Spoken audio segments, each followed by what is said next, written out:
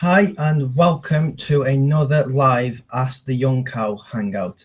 Now today you just have myself because Leon's off again, skiving. Don't know whether he's doing it on purpose just to let me do them, but hopefully he'll be back next week.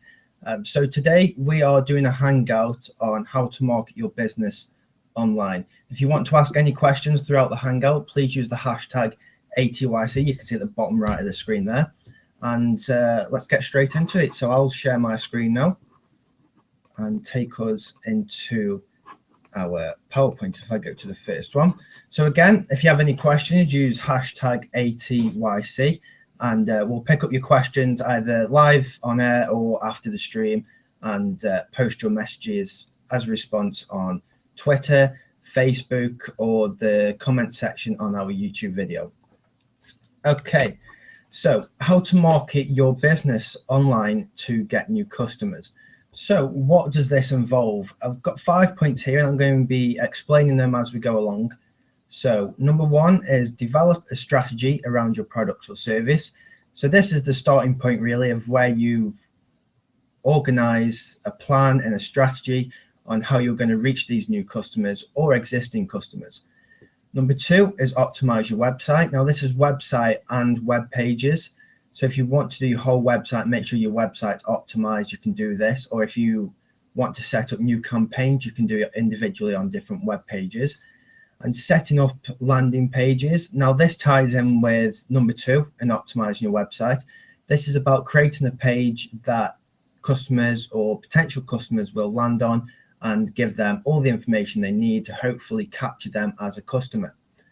And number four, set up pay-per-click advert on Google and Facebook or social media in general. So I'll be talking through a few points on how you set up the pay-per-click advert and what options you've got on Facebook and Twitter. And number five is creating a blogging strategy. Now a blog is a great way to get more keywords onto your website without going too far on other pages. So you can start to incorporate more keywords that may pinpoint and find different customers for you. So let's start off at number one. So number one is develop a strategy or plan around your product or service. Now I'm going to hold my hands up here and say straight away that for this slide, Leon would have explained this brilliantly. So I'm going to give it my best shot and hopefully give you an overview of the strategy and plan.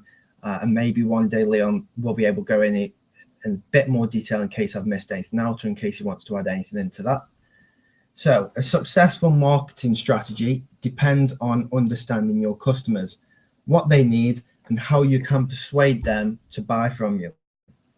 So the strategy, this is about understanding what your customers want, what they need, if there's any objections you can remove, and just along those lines, just getting to know your customers a bit better. And then a marketing plan is how you then put that strategy into action. So this will include more specific details like your marketing budgets, your deadline, and how you're going to target your customers, whether it's through advertising, network, trade shows, direct marketing, internet marketing, digital marketing, so on. There's a lot of ways you can get in touch with your customers. But before you do all of this, you need to understand how your market works and where do your customers find out about your offer or your service or product. And another part of this will be to look into your competitors to see what they're doing, not to copy them, because you don't know how well it's going for them. You want to do your own thing, but you just want to see what level they are at and whether you think you can improve it, whether you know they've missed something out that could be a big decider on capturing a new customer, and if you can, at the end of the day, improve what they're already doing so you know you're one step ahead of your competitors. So to start the strategy and the plan, we need to start thinking about optimizing your website. Now, I should have mentioned before, this marketing your business, this is once you've got your website. So it doesn't matter if your website is brand new or it's maybe a year or two old, you could still create some effective landing pages, which is what I'll go on later on in the PowerPoint. But first, The second point, we've got optimize your website. Now, I found this little memorable acronym online when I was doing a little research for this presentation, and they come up with this acronym. The Mad Hatter is definitely rather loony. Now, you could find this memorable. I'm not too sure myself, but it's nice to have something a little fun and quirky. So what this means is a title tag, meta description and keywords tag, header tag, so H1, H2, and H3, image file names and alt tags, diverse keywords, relevancy, and reputable links. Now, not everybody will know what these mean. So I'm going to go through them one by one and give you a little explanation on what these are. So, title tag. You might be able to see this image at the bottom of the screen. What I'll do is I'll zoom in a little just so we can see it a bit more clear. Oh, go back to the previous slide. Now, title tag. You'll see here, it'll say SEO title. Now, this is the title that's going to grab the customer when they see your advert on Google, Facebook, social media, or anywhere. This title needs to be relevant and include what they search for, so what your keyword was. So this will tie in with diverse keywords and relevancy with the title tag. So to sum it up, your title tag needs to be relevant, and it needs to be relevant to the keywords that you put on your page. So you'll see above the SEO title, we've got focus keyword. Now, for this presentation, I'm going to be using a client we've got called Wool Self Storage. Now, as you can tell or know by the words, they sell different types of self-storage and units. So what I'll do is quickly try and figure out how to work this technology. It's only my second time doing it on my own, so I haven't got Leon giving me an explanation on what everything does. So if I stop that, you'll see my face again. And let's go over to our screen here. I'm hoping I've done that right. Hoping you can. Oh no, it doesn't look right. Bear with me a second.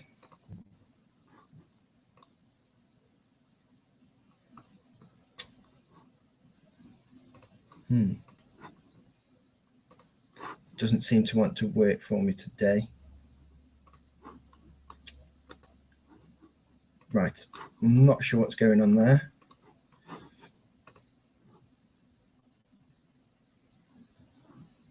So I'll just go back to our PowerPoint for now, and hopefully I can get that sorted later on. Okay. So I've lost my train of thought a little bit there. Didn't think that was going to play up for me, but never mind. So let's go on to meta description. So what is the meta description? Now this is, let's see if I can just scroll down and see the rest of this image. The meta description is the couple of lines underneath an advert that describes what your page is about or what you're trying to describe about your product or service. Now you'll see at the bottom, you're actually limited to 156 characters. So you need to make sure this title's catchy or it's got the relevant information for a customer to get in touch with you. So an email, an address, or a phone number.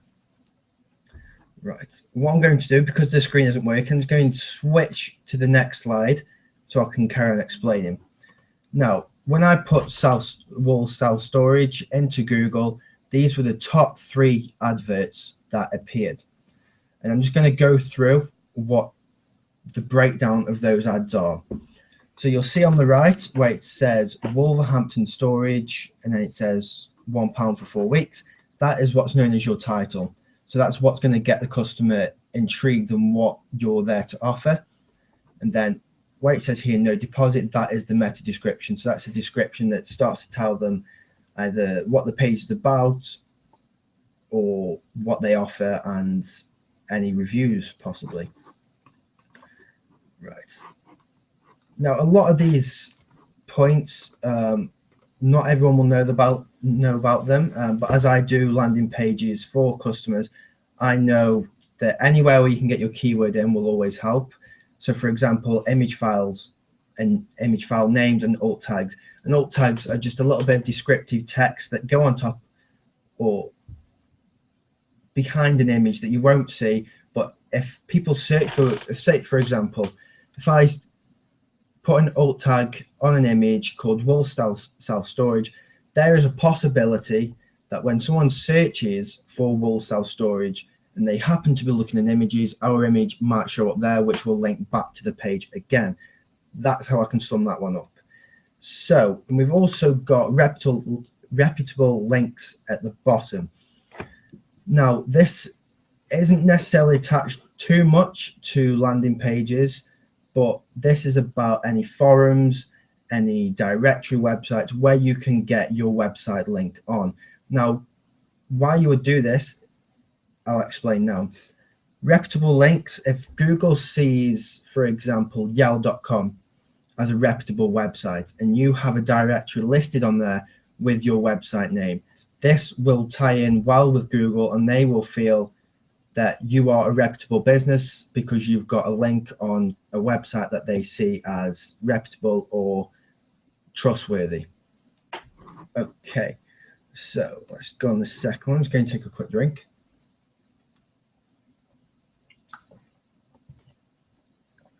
So number 3, we've got set up some landing pages. So I know I've mentioned it a couple of times before this page. So what I'll do is I'll explain what a landing page is. So in its simplest terms, a landing page is any web page that a visitor can arrive at or land on, hence the name landing page. Can be called sales page, just another word for it really. So, but within marketing and advertising, it's more common to refer to a landing page as being a standalone web page separated from your main website that's designed for a single focused objective. So this single focused objective can be to promote a product or promote a service. So what it means by a standalone web page separated from your main website is what I was hoping to share with you earlier. I'll see if I can do it again so we can show you one of our customers' sales pages that we've created for them. So if I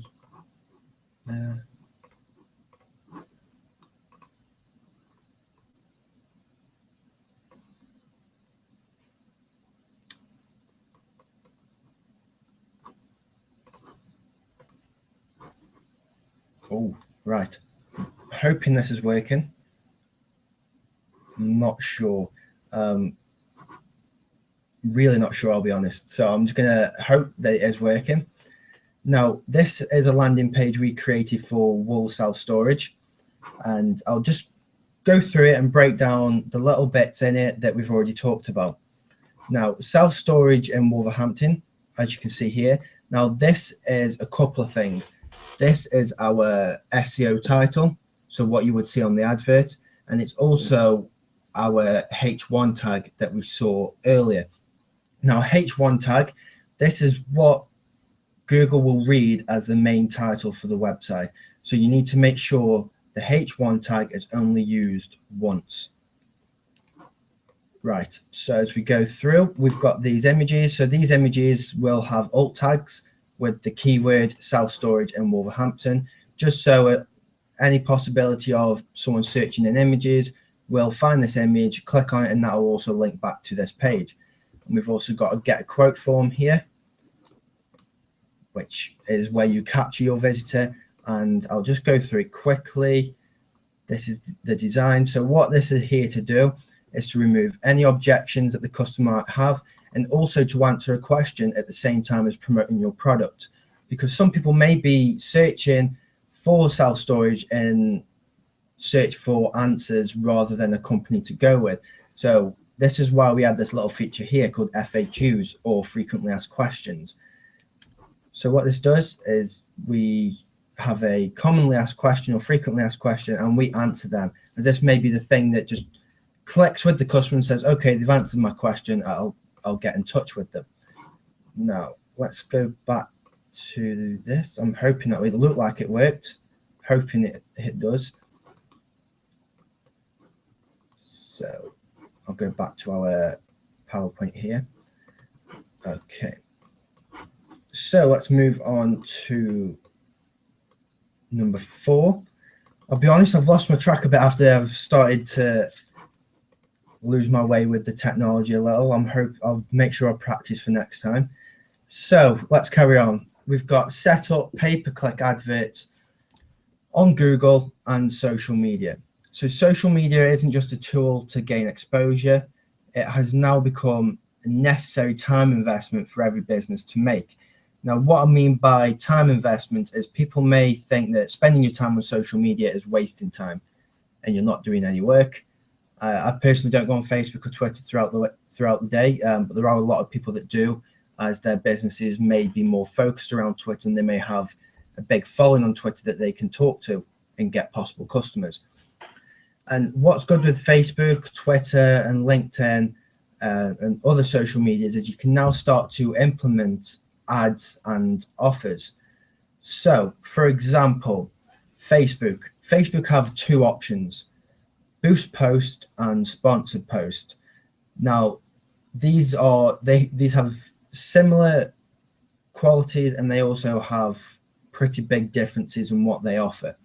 So as a quick roundup, a boost post can be used on any post you post personally on your Facebook. It can't be anything that you shared. You can't boost shared post from another page, because at the end of the day, you will be boosting that other company's page, not your own. So what boost post allows you to do is to pick your maximum budget and how long you want to boost that post for. Now, what it'll do as well, once you put your budget in, it'll also give you an indication on how many people it will reach. So that's a quick overview of boost post. Now, a sponsored post, this is more similar to a pay-per-click or a Google campaign, as this allows you to choose cost per clicks. So you can set your own budget on how much you want to pay for a person to click on a post, and not necessarily just to see the post like a boost post would. A boost post wouldn't normally go after clicks, if I'm explaining that right. I'm sure Leon will let me know and update if I haven't. But a sponsored post has a lot more options, and you can direct this to certain people. You can direct it to people who've only liked your page. So if you know, for example, say if you have a nice following or 5,000 likes on your page and you want to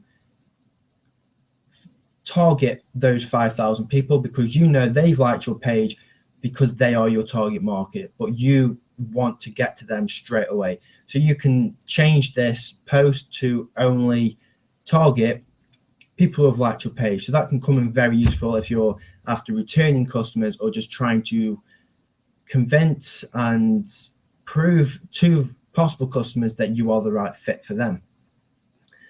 And Twitter, I'll do a little bit on Twitter. I've used Twitter for myself, for my own website, and you have a lot of different options for Twitter.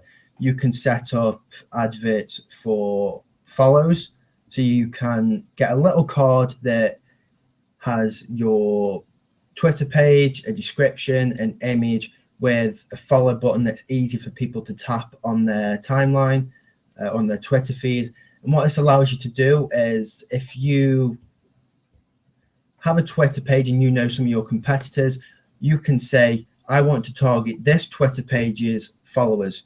So then you would start to appear on the Twitter feeds of your competitors' followers. So that's a good way of finding your target market, because you know if you're similar to that competitor, the followers they've got are your target audience. So Twitter, they allow you to do follow sponsors, click sponsors, similar to Facebook.